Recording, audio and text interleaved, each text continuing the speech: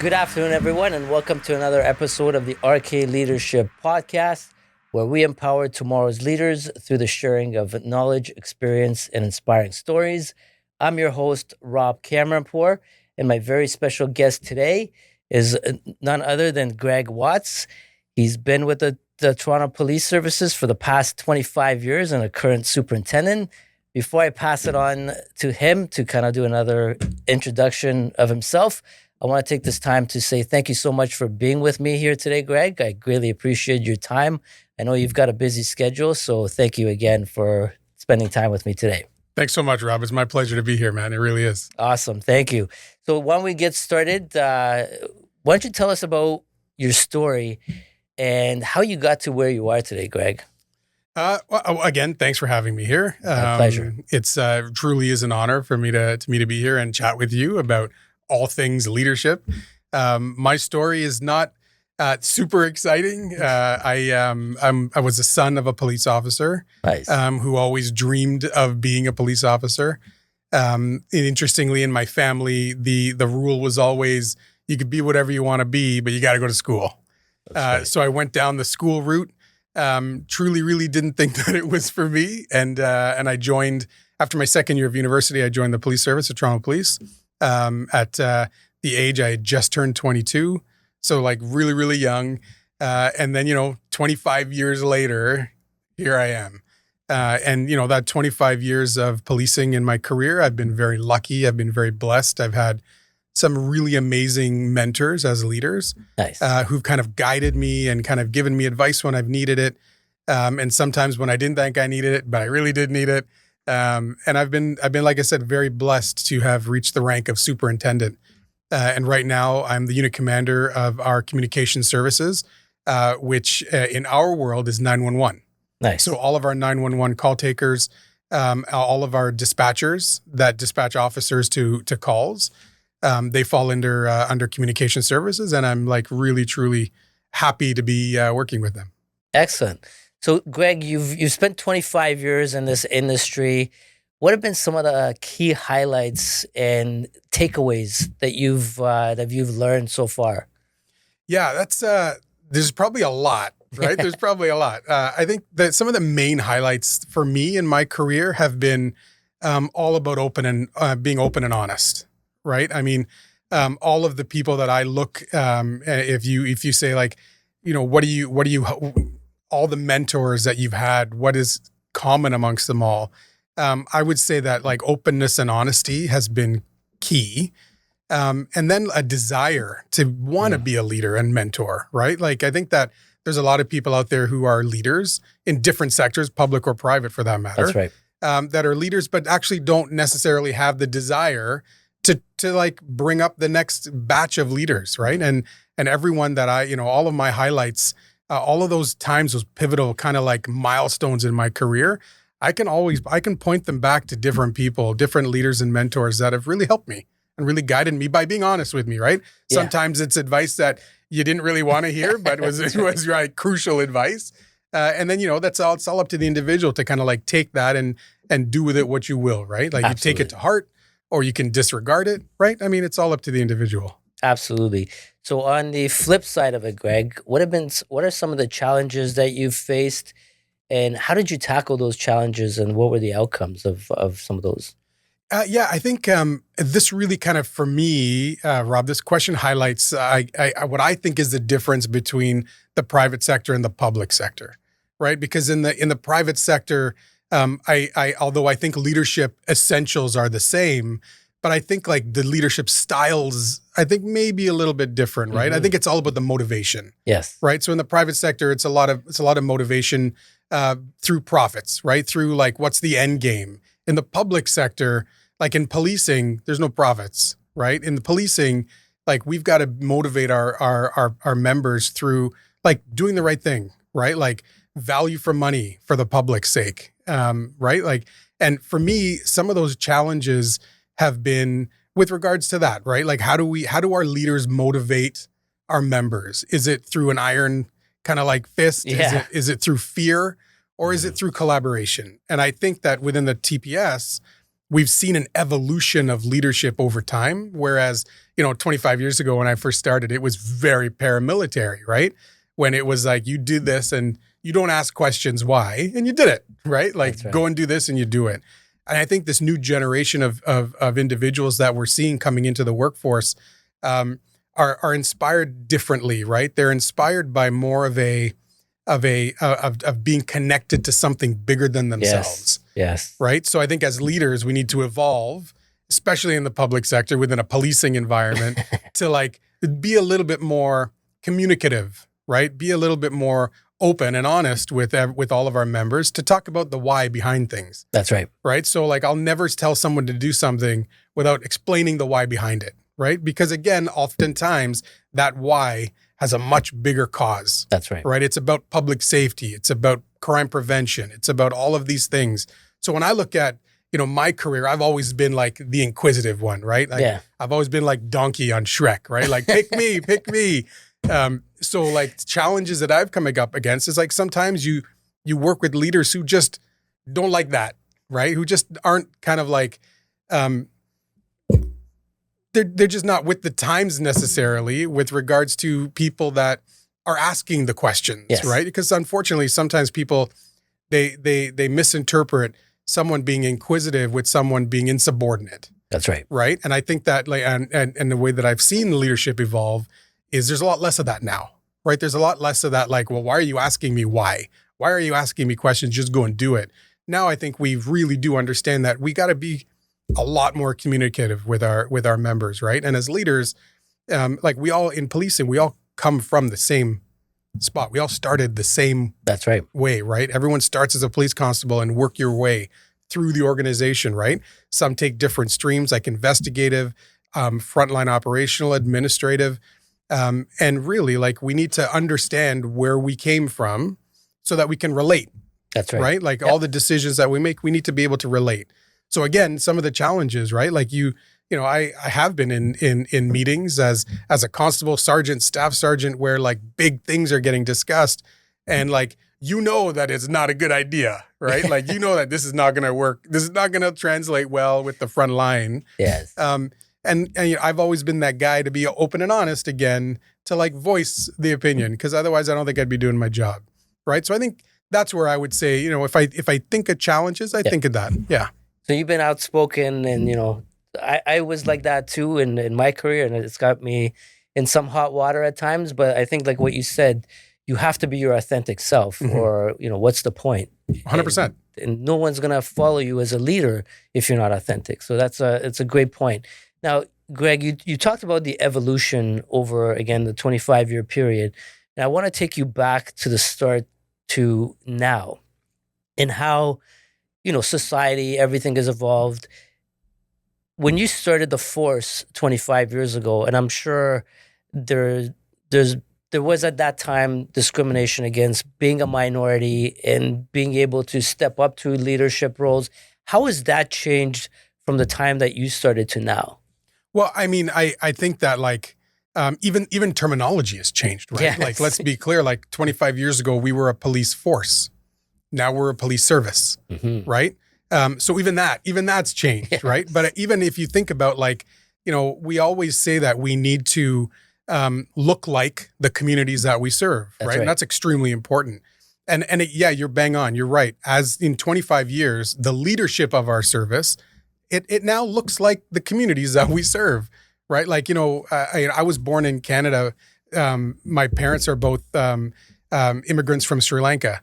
Nice. And, to back then, thinking that, there's a Sri Lankan guy that's going to be a superintendent, I would think that would be more radical. Yes. Right. Now it's not, right? Which is, I think, is a great place for us to be. Now I think that we're past the whole fact of like, it's a surprise that a minority is in a leadership position. I think it's just more normal. It's more natural, which I think is very important, right? Absolutely. In terms of growth and evolution.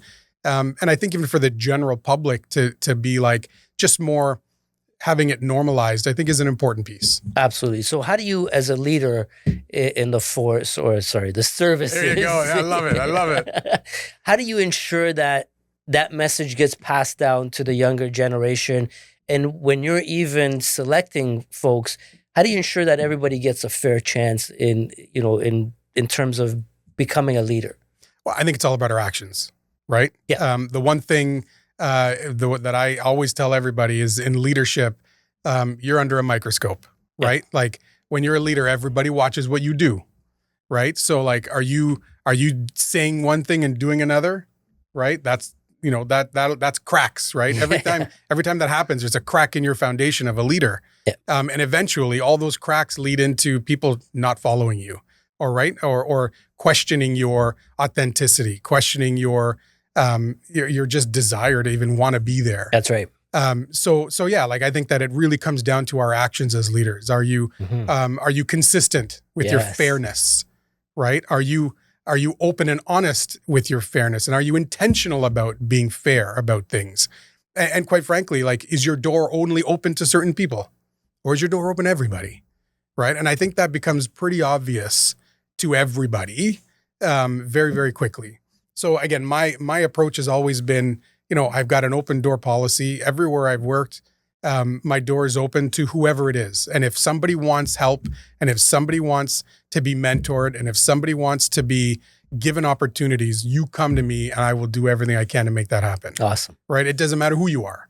Right. Like, and I think that's what we need to do. Right. Absolutely. We need to be able to open up pathways for people based on their desire to want to go down them. Right. Absolutely. Mm-hmm. Exactly. So having said that, Greg, I want to turn your focus into the qualities that are required. What qualities do you think are required in that leadership role in the TPS specifically? What do you look for? So I mean, I've been like really, really big on familiarity and mutual respect. Right. Again, we've evolved, right? We're still a paramilitary organization, but we're not as much as we used to be, right? Like in terms of how we lead. In terms of our day-to-day, yes, sure. But in terms of how we lead, we've evolved a lot. So when I think about familiarity, I think about presence, right? As a leader, you got to show up, yes, number one, and you got to be present. And when I say that, I don't just mean come to work. I mean, get involved, right? Like, and you can see it in people's faces, right? When you actually know their name, when you know that they have children, when you know that like they live far away and they're getting off work and you're telling them, hey, drive safe. Like you can see it in their face. It's like the first couple of times it's like, this guy knows? Like, how does he know? Yeah. Right. But that's our job as leaders, right? Like if you don't know your people, how do you serve them? That's right. Right. How do you help them? Right. Especially in policing. Like we talk about wellness, right? Like, and we talk about as an organization, how we are, doubling down on our wellness. But as a leader, how do you look after the wellness of your individuals, of your members, if you don't know who they are? That's right. Right. So simple things. So like we get exposed to these police officers. I'm not the one on the street anymore. Right. I'm not the one that has to do that anymore. I miss it every day, but I don't have to do it anymore. But like, if I know that like my officers, they could get exposed, or the communications operators and the dispatchers, they're getting exposed to things that really nobody should get exposed to, period. Right? Like nobody calls 911 because it's their best day. Yeah. Right? Like they're calling 911 because they're in trouble. That's right. And they need help. And, in communications, our call takers are taking all that in. Right? So if I don't take the time to invest in who the individuals are that are taking those phone calls, then I'm doing them a disservice. Right? Because imagine if you were going through something in your personal life that is really, really awful, but you're coming to work and then you take a phone call from somebody who needs help that is similar to what you're going through at home. Yeah. That has a great ability to affect you. 100%. Right? And if we don't take the time to invest in our folks, then we can't help them. Right? So the first thing is be present, I would say. And the second thing I would say is mutual respect. Yep. Right? Like, I really don't see any difference between leaders or anybody else, right? We all have our own personal lives. We all have to eat. Yeah. We all have to drink, right? Like we all get dressed in the morning. There's no difference between us. The only difference is I get paid to lead the unit, right? So I think that when we break down that barrier of like, us versus them, yes, leaders versus workers, I think once we get rid of that notion, right, and say everyone has an equal voice at this table. Yes. I might at the end of the day have the last say, but everyone has an equal voice. And I think that empowers people, right? And that mutual respect to be able to say, you know what, I have an open door policy, truly open door. Now, it's not just words, right? The door's open.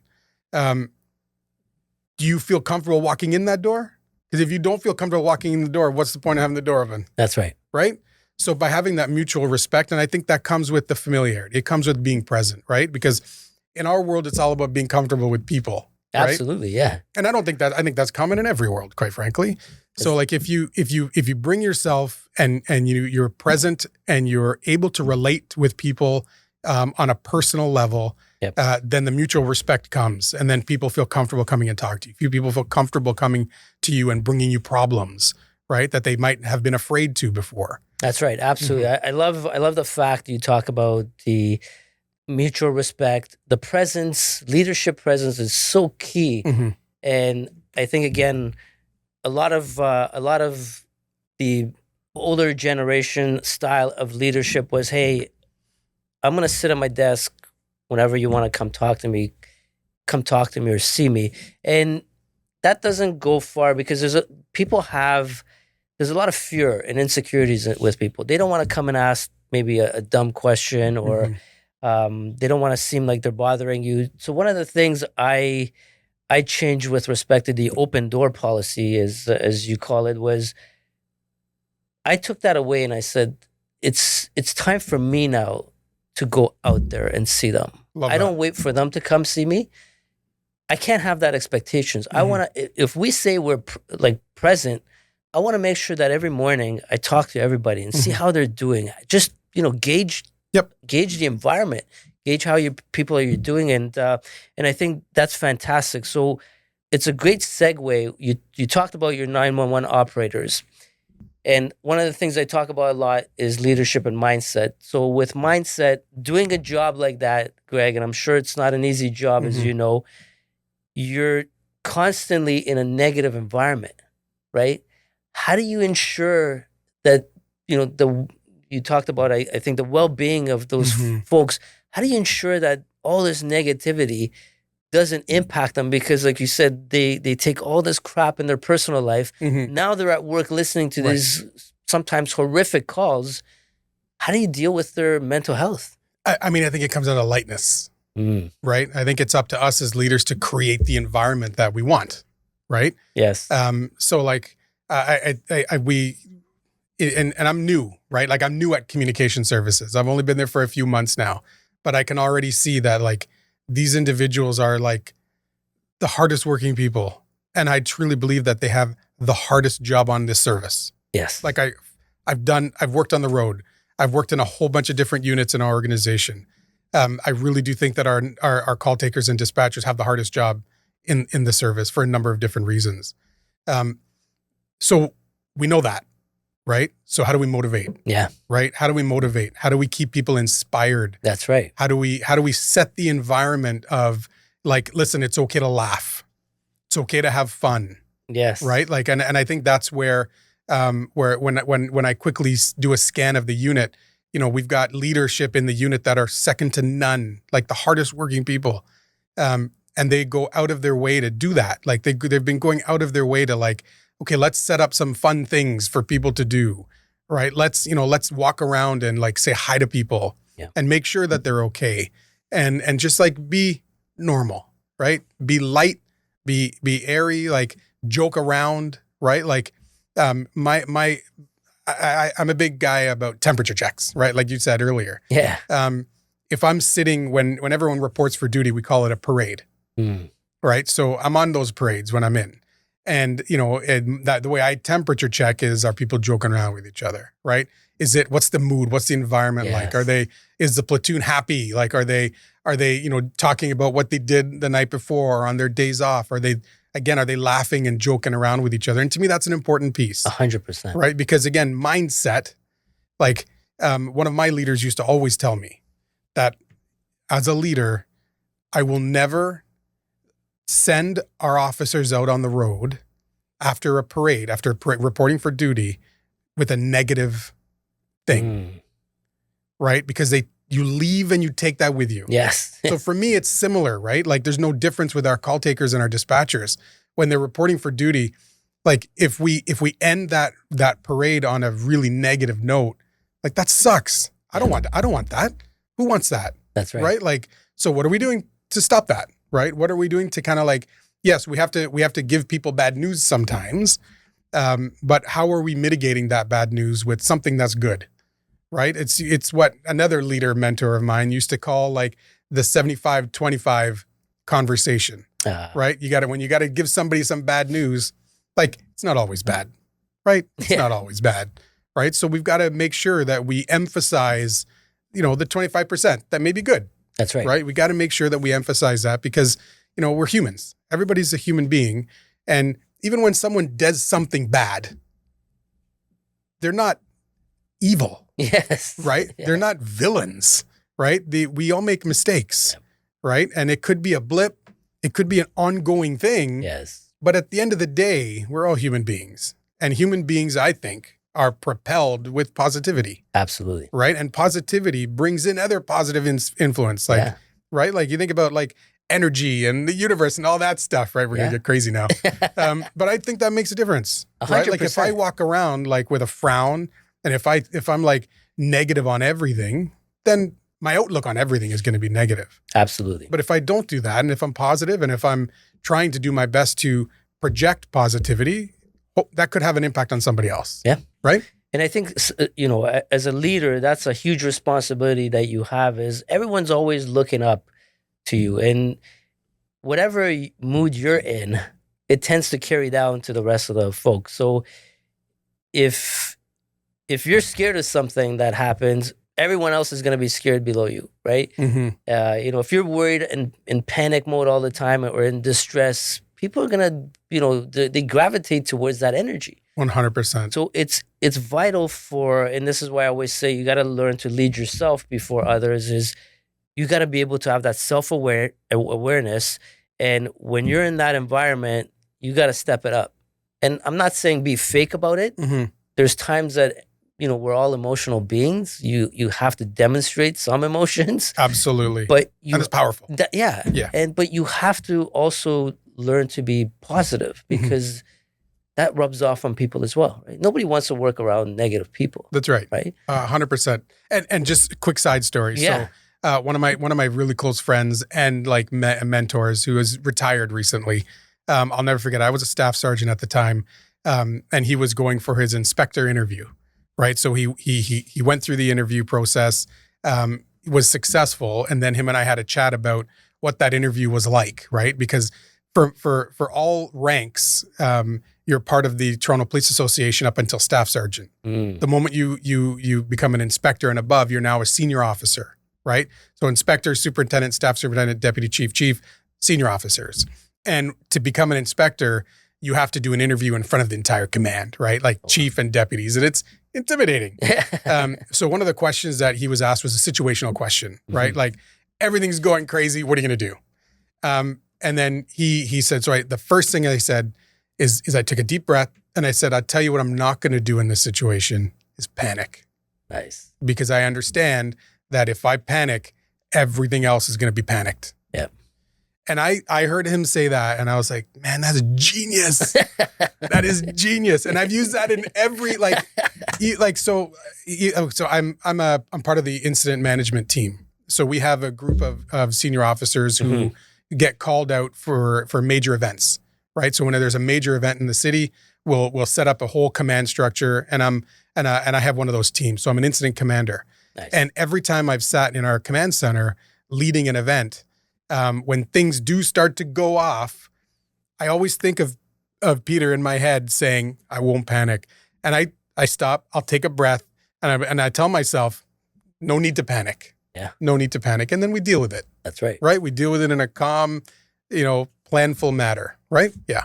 Yeah, because when you are calm, you get to think a lot better. Because when you're panicking and stressing out, you're just making emotional decisions. Yes. Which can come and bite you in the ass afterwards, right? Absolutely. 100%. So Greg, again, having all this experience under your belt now, what advice would you give young people who are considering a career in law enforcement? I say do it. I'm very biased when it comes to this, but I really do think that policing is a phenomenal career. It's so rewarding. Like, yes, you're dealing with a lot of negative aspects, but you're leaving the situation better than you got it, right? So just the feeling of going into a situation where it's not good and you're leaving it, you've done something good. That is such a rewarding feeling. It's the ultimate form of altruism, I think, right? That's right. And not only that, but just the opportunities within the police service are endless, right? Like once you start and once you've got everything, that core, the first 4 or 5 years under your belt, the opportunities are endless. If there's so many areas for advancement, whether it's promotion or whether it's the investigative side, whether it's, the operational side with the dogs or, the Marine unit, the emergency task force. Like there's so many places that you can explore and grow and learn, right? That's right. The other thing with policing, quite frankly, is it's constantly evolving. Yes. Right? Like police are often painted with this brush of they don't like change. But realistically, in my 25 years, it's been nothing but change. Nothing but change, right? And, everything changes. Society changes. Laws change, right? Everything changes and we adapt and we evolve to that. So, I mean, even that aspect of policing is it's a great place to be. I love it. Like, I understand that I'm very biased. But I think for me, policing, I can't imagine doing anything else. And awesome. I don't really want to do anything else. Yeah. Good. So again, in your opinion, when these young folks are preparing to get into law enforcement, how should they be preparing, to go through the training? I heard the physical training is pretty difficult at times. How should they be preparing for themselves, both mentally and physically? Yeah, I think the physical preparation is a little bit easier to do because everything's available online, right? Like there's no secrets, right? There's no secrets with what you need to do to pass the physical. I think the mental preparation is probably a little bit more tougher and more like you don't really know, right? Because unfortunately, policing in the media, like movies and TV shows, none of that's true, right? Like it's so untrue. Damn. Yeah, I know. And so the destigmatizing that aspect of it's always like driving fast and running around with your guns out, like that doesn't happen. So it's not like Bad Boys. It's definitely not like Bad Boys. Yeah. Where you get involved in you're involved in a shooting and you just go home. Like, come on, like that does not happen. The truth about policing is there's a lot of writing. There's a ton of writing, right? Everything you do, you write about it. Yeah. Right? Everything you do, you write about it. And sometimes you write about it multiple times, right? So you write in your notebook everything that you did and everything that you saw. And then you go back to the station or in your car and you write the report on it.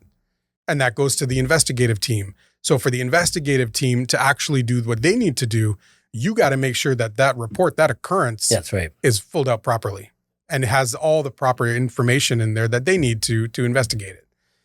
So there's a ton of writing involved. So I would say, yes, the physical preparation, you got to do that. Make sure that you're able to articulate yourself in a written form, right? Because that's crucial. Absolutely crucial. I used to at one point teach at Centennial College in the Police Foundations program. And at one point I said, okay, guys, we're going to do an essay. And then the groans across the room, right? Because it was used, they were used to multiple choice tests. But that to me, especially as a police officer at the time and still, I would be doing them a disservice if I didn't get them to start writing. That's right. Because again, that's the reality of policing. There's a lot of writing. And again, we've evolved a lot, right? So now with the invention of body cams and, the in-car camera systems, that makes that writing easier because you can relive it. That's right. Yeah. Right? So that makes that easier. And investigatively, it's amazing investigatively. I think that I would tell any future individual that wants to join policing, one, to do it, to do your physical stuff, get ready for it, mentally prepare yourself for anything, right? Because you don't know what you're going to get, right? And that's oftentimes it's quick, right? Like the adrenaline aspect of policing, like you could be, doing a traffic stop 1 minute and then responding to like a gun call the next. So you don't really know. So there's a lot of unknowns in That's policing, right, which yeah. is also the exciting part of policing, right? Adventurous. Yeah, exactly. So yeah, I would say the mental prep of like just being able to like deal with things and compartmentalize situations, right? Like even as a coach officer many years ago, you know, working with a new recruit, I would say, listen, like you got to be able to like put things into perspective. Yep. Right? Like you might be dealing with a really bad situation, but you got to remember that that's not your life. Right? And as long as you can do everything you can in the moment for the individual, the family, whatever, at some point you have to leave that. Right? And we've gotten even a lot better over time in terms of collaborating and working with different agencies. Right? Because again, it's called community safety, not police safety. So we have really, really gotten better with recognizing the fact that our tool belt and our toolbox is limited. That's right. Right? It's very limited. But there's other agencies out there that can come in and supplement and really help in more of a sustainable manner, right? So if you're able to compartmentalize that, if you're able to kind of like know who to call to help you, you're fine. So having said that, Greg, what advice would you give the younger folks out there? And this happens in the office environment as well, where they're facing a challenge or challenging situation or a challenging day, and they can't separate that. And what they do is they take that home with them, and now it impacts their families, their friends, their loved ones, whoever it may be. What's your advice to them, and how do you work on that? I think recognition is huge, man. Right? I think just having that ability to recognize when you're not okay. And realizing that it's okay, right? It's okay to not be okay. That's right. Right. Yeah. And I think that's the first step. The second step is, are you aware of the resources that are available to you? Because within the TPS, there's a lot of resources that you can draw on to feel better and to get better. So I would say, are you aware of those? And as leaders, we do a lot to make sure that everybody is aware of what's available to them. Exactly. Right. So I think that like the recognition and realization is crucial, like first step. And then accepting that help. Because again, I've seen situations and I've been through it myself, right? Where you go through a negative situation and then it just kind of like takes over, right? It takes over your thoughts. It takes over like how you do everything. And it's impossible to not take that home, man. Like it's impossible, right? Like we're not superheroes. We're humans. And like you said, we're emotional beings. That's right. Yeah. So like, I've had even situations where I've like all of a sudden just realized that like, I'm not good. I'm not great right now. And I need to talk to someone to feel better and to get better. Yeah. Right. And we do a lot of, we'll bring in police officers who have gone through that, like who have gone through dark times and have kind of like seen themselves out of it, and talk to the whole membership about what that's like, right? What are those signs? What are those, what were those triggers for you? And that can help us, right? That can help us in our own lives determine, and because it's not only, it's two-sided, right? Yep. So it's not only work taking home, it's also home bringing to work. That's right. Yeah. It is two-sided. Right. So like, I mean, even at home, like, are you able to recognize when things aren't great and are affecting you at work? Right. Because, at work, we need all of our folks to be on, right? Like we need them to be sharp. Exactly. We need them to be clear headed. We need them to like be able to like make quick decisions that could cost people their lives. Yeah. That's a huge responsibility. 100%. Right? Like, like there's no other, well, there are, but there's very few other jobs where you have the power to take somebody's liberty away. So you got to be able to make those decisions with a clear mind. Yeah. Right? And a clear heart too. And if you're not able to do that, you got to recognize that and you got to do something to like get better. And there are, like I said, the resources are endless when it comes to being able to get that help that you might need. That's right. So in your opinion, do you believe that's happened in the past where decisions have been made based on emotions rather than a clear mind? I think we've seen in the history of the Toronto Police Service, without having the ability to go and dissect that aspect of it. I mean, you could assume that. I think you could assume that. Would we ever know for sure? No, right? We never will know for sure. Mm-hmm. I mean, my own personal career, have I made decisions based on like an emotional reaction? Absolutely. I'm human, right? I'm human. Love it. None of that ended up in a bad way, but absolutely I have. And I think, again, for us to recognize that we're going to do that is important. Absolutely. It's like Blink, right? Malcolm Gladwell, famous book. That pretty much says it all, right? Mm-hmm. We're making all of these decisions in a split second with a blink of an eye, Yes. based on our lived experience, right? So I think if we recognize that, and again, go through those motions before we start our shifts, before we go home, right? Like, I used to do this thing when I was in a really stressful environment at work. You know, I would go home, I'd pull into my driveway, and before I get out of my car, I'd just kind of like de-stress a little bit, right? I'd be like, okay, that was a crappy day, but it's over now. It's over now, and I'm gonna go inside. I'm gonna enjoy my family, right? Like, Nice. and I think that we need to, again, recognize when we need to Absolutely. kind of like check in ourselves. Absolutely. Love it. So you talked about education, Greg. What role does education play in becoming a successful police officer? And are there any specific fields of study that you would recommend? I know you talked about writing. Mhm. What would you recommend to the young folks out there from a schooling perspective? So I usually tell everybody, do something you love. Mm. Period. Right? Just do something you love and do something that interests you. Is education important? I really do believe it is.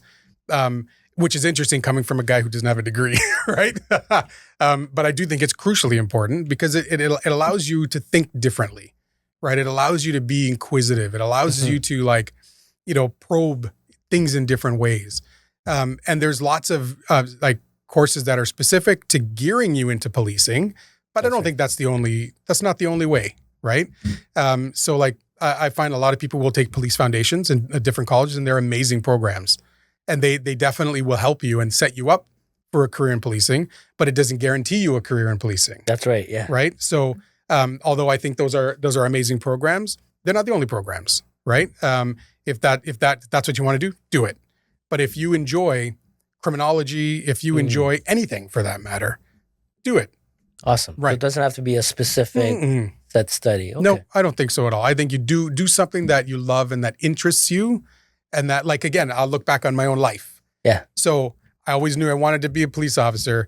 But again, parents, you got to go to school, right? So I go to University of Toronto in a Bachelor of Commerce program, which I did enjoy.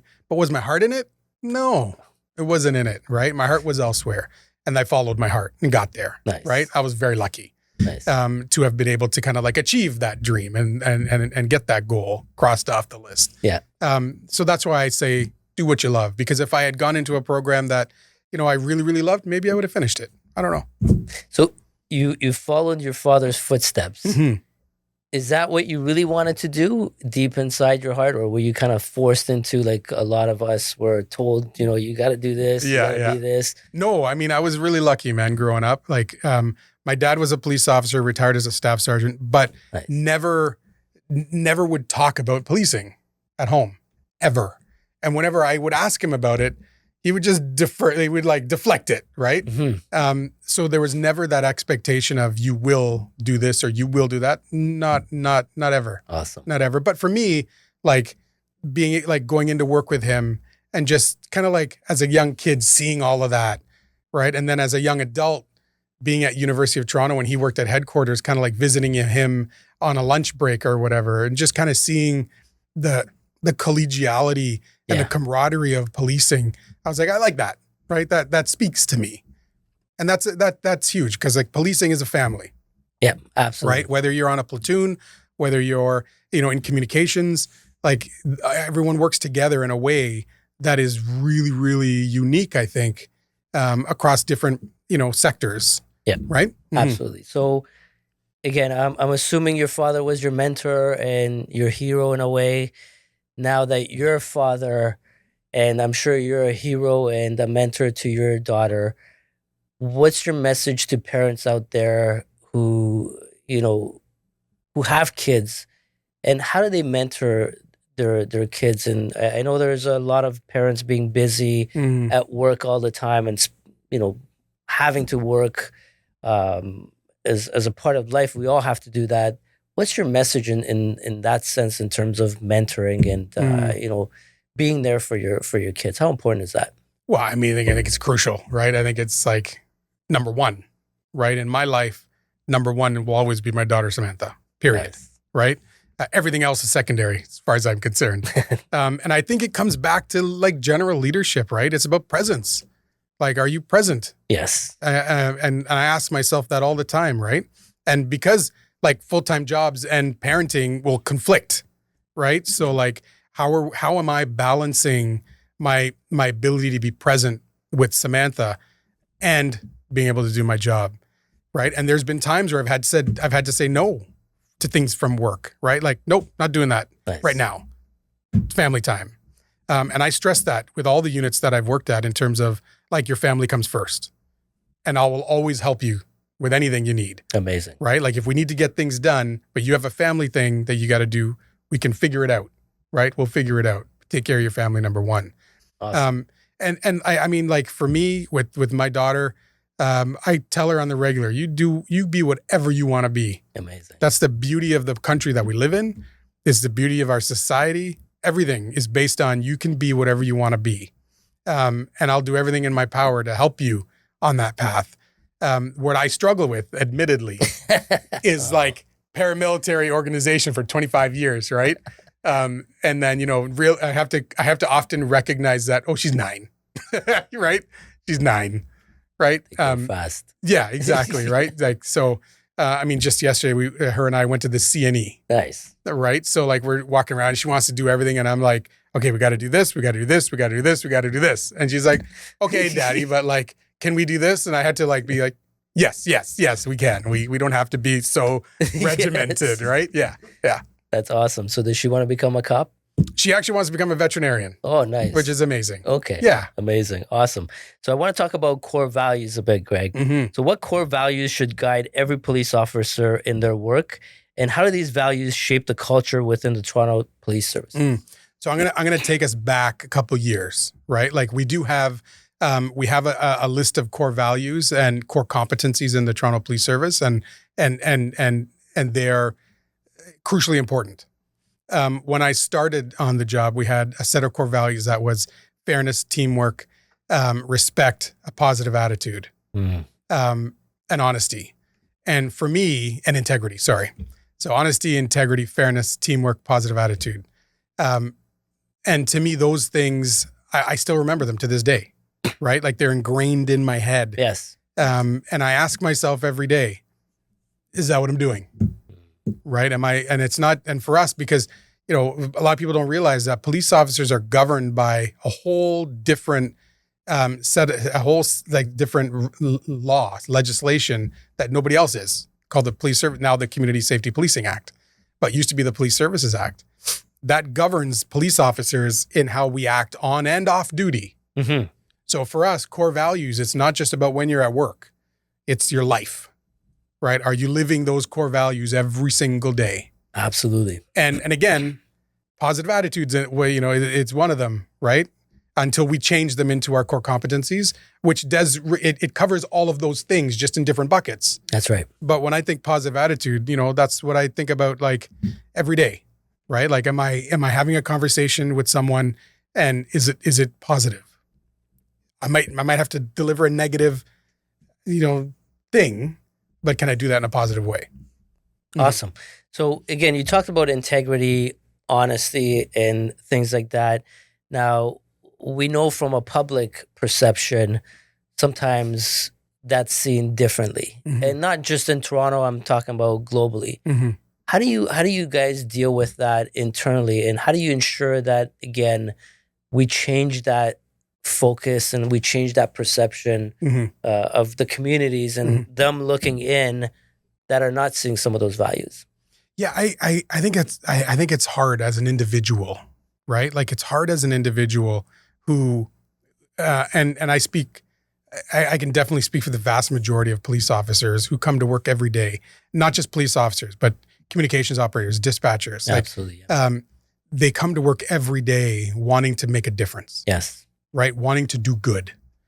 And we have to go out of our way to break down the barriers that exist between, that perception that the police are bad, right? And that we're going to do bad things. We've got to work every day at that. That's never going to be finished. That's right. Yes. Right? Let's be clear. Yeah. That's never, like, the road is never going to end there. That's right. all, and the onus has to be on us, right? Like, we can't go into a community and say, okay, we're here now, love us.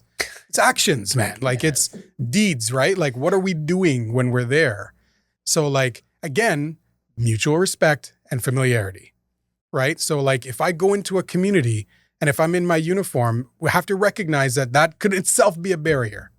Yes. So what am I doing to get over that barrier, right? Can I get to the point where people see me walk into a community or any officer and it's not just a cop or a police officer, but that's Watsy or that's Greg, right? Can I get to the point where people see me as a human first and my uniform second? That's right. That's the goal.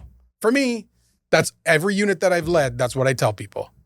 You got to go above and beyond and be intentional every single day, because something bad can happen anywhere in the world with policing, and we're going to be affected by it. 100%. Let's be clear about that, right? And again, policing is different across the world, right? We're lucky that we live in a country where, where we take our civil rights very seriously, and we uphold those. But, like, look at what happens, in the States. When something happens bad in the States, like, that gets ripples across the whole world. Absolutely. Right? Yeah. In terms of, like, how we are perceived again. So again, that road never stops. Yeah. So what are we doing to, like, be very intentional about our relationship with people? That's right. Absolutely. So I like to use the example again in organizations. I draw back to organizations in parallel where you do have a bad manager, and now the next manager that comes in, they're perceived as bad because they're in that role. Right.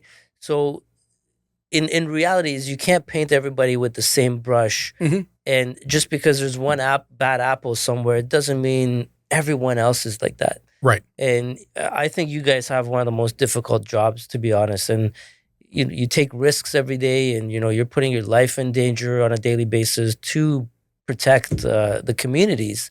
And just because there's one bad incident from one individual, it shouldn't be, people shouldn't be painting everyone with the same brush. So, well, thank you for saying that, Rob. Yeah. Like, it really does mean a lot to me to hear you say that. But we also got to talk about accountability. 100%. Right? Like, Yeah. I mean, yes, we have a hard job, and yes, police officers put themselves in the line of fire, or running into bad situations when everyone else is running the other way. That's right. I've heard all those things, Yeah. and that's true. It's true. Yeah. However, like, we train a lot. So, I mean, when we make those split decisions, and sometimes when it's bad, we have to hold ourselves accountable. Period. No one's above the law. Yeah. Right? And to say that there's no bad apples in any organization is to have your head in the clouds. Yeah. Right? Like, even with in the Toronto Police Service, I'm sure there are people who are not great.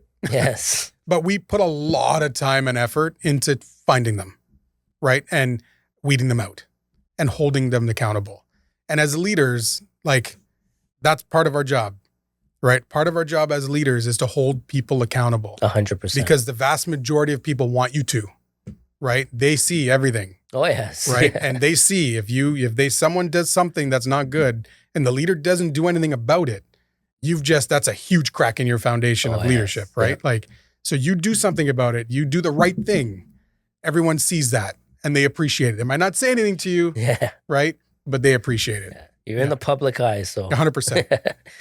So, Greg, how do you see the role of law enforcement evolving in the future, especially in terms of community engagement and leadership? Yeah, that's another great question, man. So I think in how I see the service evolving is like really doubling down on collaboration, right? Like I said, gone are the days where we are the be all and the end all for everything. Because again, our toolbox is only limited, right? We only have a few things in our toolbox. And right now we're seeing that like the community, the public needs a lot more, right? They need a lot more from other people other than us. We have a role to play in all of that, right? In terms of public safety, but other people we're bringing into our world and we're going into their world to say, hey, listen, let's work together, right? Let's partner, let's collaborate because we're dealing with the same people. Yes. Right? We're just doing it in isolation. And that's not helping anything, right? It's not helping anybody. So if we work together, we can make it safe for you to go in and do what you got to do. Mm-hmm. So I think that in terms of the collaborative approach to community safety, I think is now better than ever. And I can see it only getting better as we move forward in time. And then in terms of leadership, I think it's on the leaders to make sure that's happening. Right. Absolutely. I think it's on the leadership to be like, okay, I'm going to introduce all of the players to the people that work with me. Go forth and work together. Awesome. Right. When it comes to community engagement, I think the evolution of policing is, I would love to see a strong emphasis on crime prevention.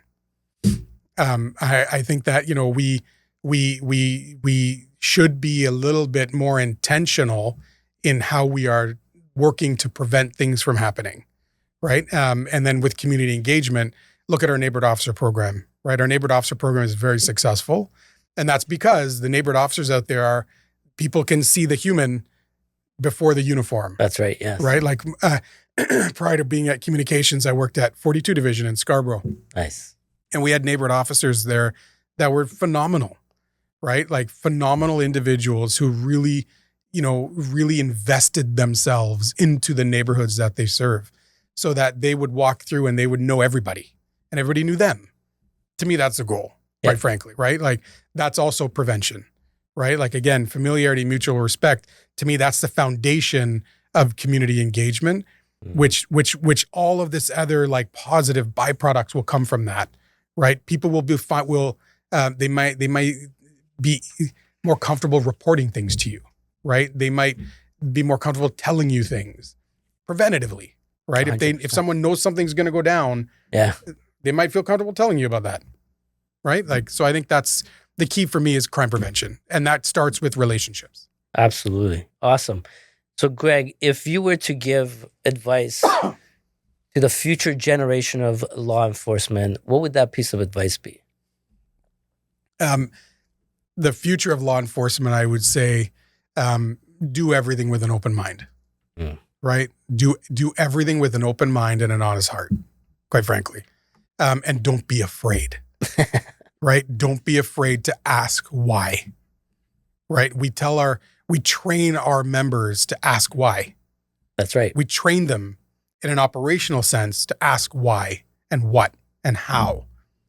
We need to also train them to ask those same questions in every aspect of the job, right? And I think they want that. They want that anyways. Yeah. Ask questions. Yes.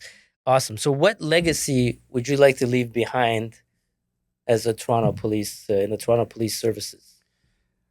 Oh, that's a tough one, man.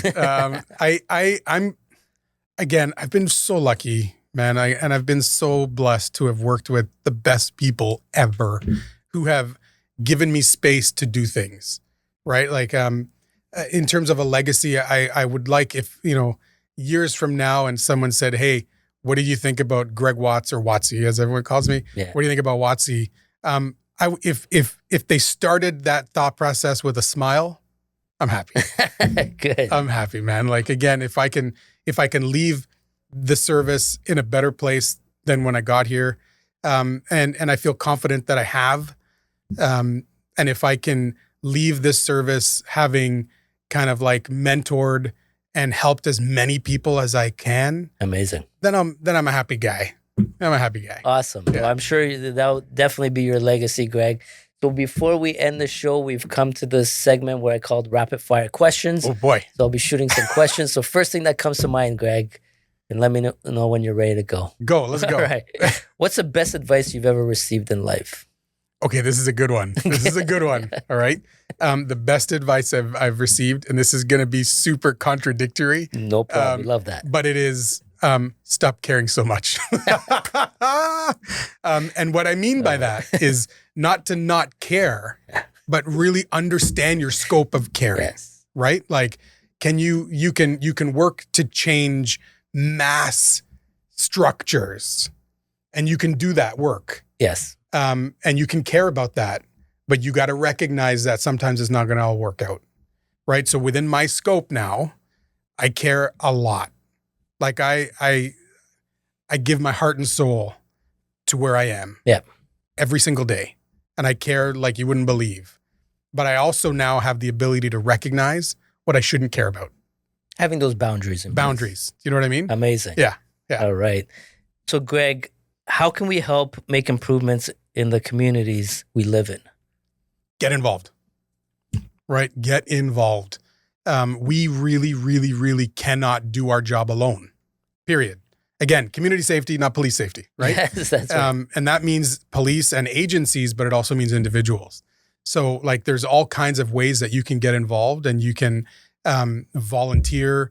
You can join committees. Like even within the service, every division has a community police liaison committee that you can get involved in.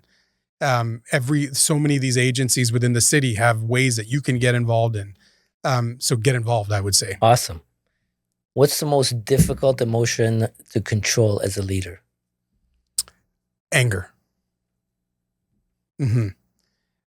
Because, and I say that because I've seen it manifest in different ways.